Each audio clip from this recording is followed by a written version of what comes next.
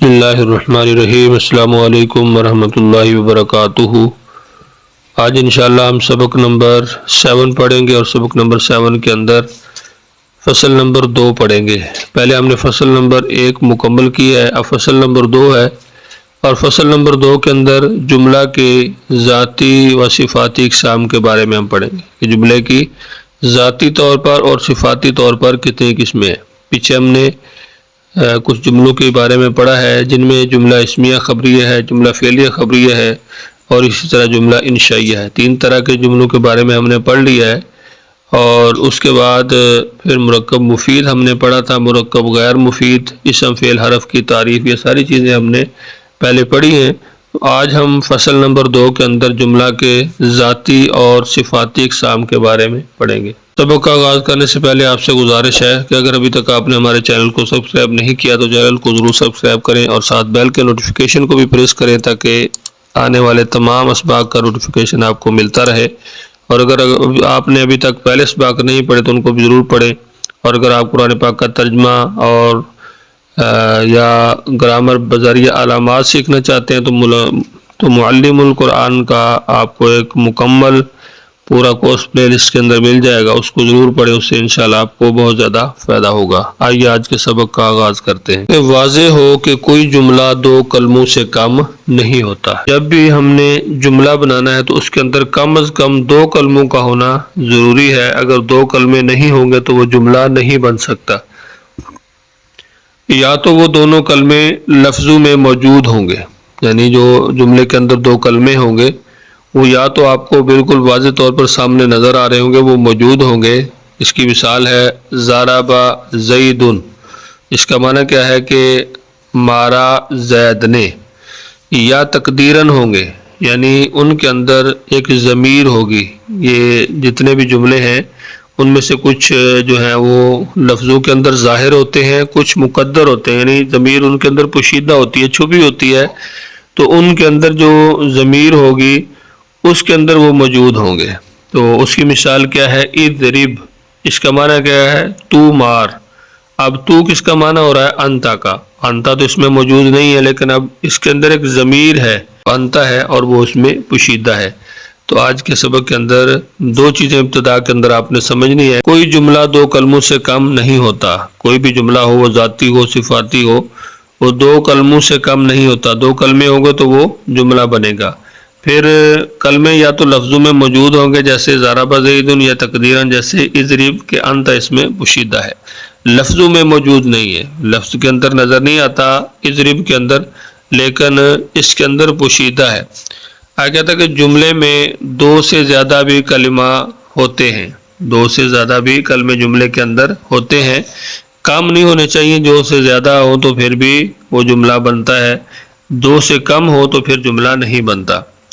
مگر کہتا ہے کہ زیادہ کی کوئی حد نہیں ہے، یعنی 2 ہو، 3 ہو، 4 ہو، 5 ہو، تو ان کی کوئی حد نہیں ہے کہ کم از کم جس طرح ہم نے جملے کے لیے جو ضروری چیز قرار دی ہے کلموں کے حوالے سے وہ 2 کا ہونا لازمی ہے، تو اس طرح زیادہ سے زیادہ کی کوئی حد نہیں ہے کہ وہ 4 ہو، 5 ہو، 8 ہو، 10 ہو، اس کی کوئی حد نہیں ہے۔ جب جملہ کے کلمات بہت ہوں، جب جملے کے کلمات بہت ہوں تو اسم و فعل کو اس میں سے تمیز کرنا، یعنی الگ الگ کرنا، اور دیکھنا چاہیے کہ معرب ہے یا مبنی، عامل ہے یا معمول، اور یہ بھی معلوم کرنا چاہیے کہ کلمات کا تعلق آپس میں ایک دوسرے کے ساتھ کس طرح ہے تاکہ مسند و مسند الیہ ظاہر ہو جائے اور جملے کا صحیح معنی معلوم ہو سکے۔ اب یہاں پہ یہ جو معرب ہے، مبنی ہے، عامل ہے، معمول ہے، یہ جتنی بھی چیزیں ہیں یہ انشاءاللہ آگے ہم پڑھیں گے۔ تو یہاں تک آپ سمجھ لیجئے کہ سب سے پہلی بات یہ ہے، نمبر 1 کہ کوئی بھی جملہ 2 کلموں سے کم نہیں ہوتا، یا تو وہ دونوں کلمے جو ہیں وہ لفظوں کے اندر موجود ہوتے ہیں، اور کبھی ایسا ہوتا ہے کہ وہ لفظوں میں موجود نہیں ہوتے بلکہ پوشیدہ ہوتے ہیں۔ اگر جملے کے اندر 2 سے زیادہ کلمات ہوں تو پھر بھی وہ جملہ ہی ہوتا ہے، زیادہ کی کوئی حد نہیں ہے، کم از کم 2 ہونے چاہیے۔ تو جب جملے کے اندر کلمات بہت زیادہ ہوں گے تو اس کے اندر اسم فعل کو الگ الگ کرنا، معرب مبنی ہے، عامل ہے، معمول ہے، اور اس طرح ان کا آپس کے اندر کیا تعلق ہے، یعنی یہ مسند ہے، مسند الیہ ہے، ٹھیک ہے، مبتدا ہے، خبر ہے، جتنی بھی چیزیں ہم نے پیچھے پڑھی ہیں ان کو صحیح طور پر معلوم کرنے کے لیے ہمیں ان چیزوں کے بارے میں جاننا ضروری ہے۔ جملہ باعتبار ذات کے 4 قسم کا ہوتا ہے، ذاتی طور پر جملہ 4 قسم کا ہوتا ہے۔ اوپر ہم نے کیا پڑھا تھا کہ جملے کے ذاتی و صفاتی اقسام، تو ذاتی جو ہے وہ کتنی قسم کا ہے؟ 4 قسم کا ہے۔ وہ کون کون سی قسمیں ہیں؟ ایک نمبر پہ اسمیہ، دوسرے نمبر پہ فعلیہ، تیسرے نمبر پہ شرطیہ اور چوتھے نمبر پہ ظرفیہ۔ اسمیہ اور فعلیہ کے بارے میں ہم نے پڑھ لیا ہے کہ جس کا پہلا حصہ اسم ہو، دوسرا خواہ اسم ہو یا فعل، تو فعلیہ ہے جو اس کا پہلا حصہ فعل ہوتا ہے۔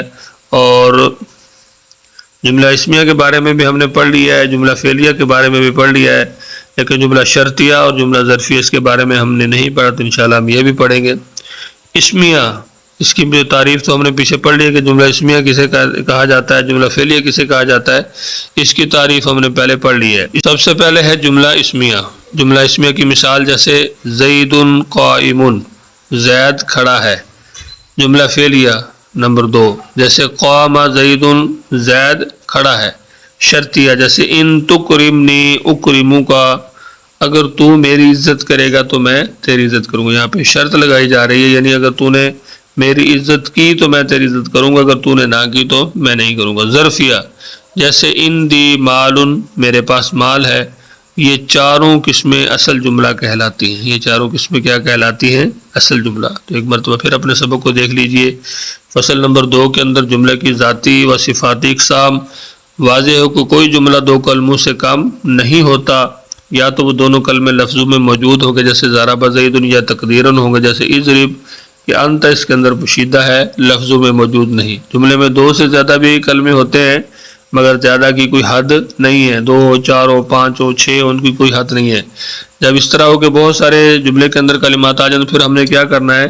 جب جملے کے کلمات بہت ہوں تو اسم فعل کو اس میں سے تمیز کرنا اور دیکھنا چاہیے کہ معرب ہے یا مبنی، عامل ہے یا معمول، اور یہ بھی معلوم کرنا چاہیے کہ کلمات کا تعلق آپس میں ایک دوسرے کے ساتھ کس طرح ہے، تاکہ مسند و مسند الیہ ظاہر ہو جائے اور جملہ کے صحیح معنی معلوم ہو سکے۔